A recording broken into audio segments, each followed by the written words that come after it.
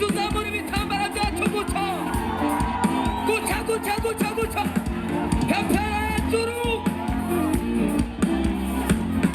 pepera hejuru guca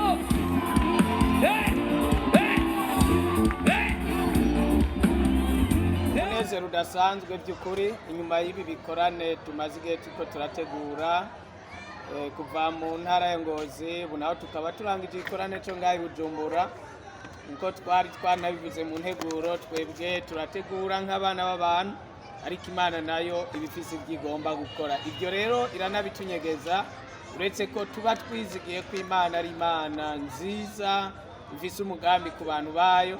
ariko by'ukuri twarabonye abantu benshi natwe ubwacu duhemburwa n'ijambo ry'Imana. Imana yaragendereye abantu, turabona abantu bakira ijambo ry'Imana banezerewe, kandi tukaba dufite n'intahe nyinshi z'abantu bagira bati nukuri imitima yacu yarahembutse, twarasubiye kwiyuzuza n'Imana ubugira kandi cyo ni ikintu gihambaye. Ariko kandi tukaba twanabonye ibitangaza n'utwumiza bikoreka by'ukuri intahe twumvise ibyo twabonye ni ibintu bigoye n'ukwemera utavyiboneye atariho wari ngo umuntu agushingira intahe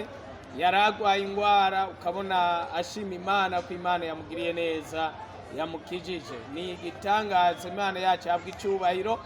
n'abantu benshi batanye umunezero. Mwabibonye kwano ku kibuga abantu benshi ntibashaka gutaha gushika aho tuzimya ibyuma, no kubera ko babonye ubwiza bw'Imana, babonye ukugira neza kw'Imana.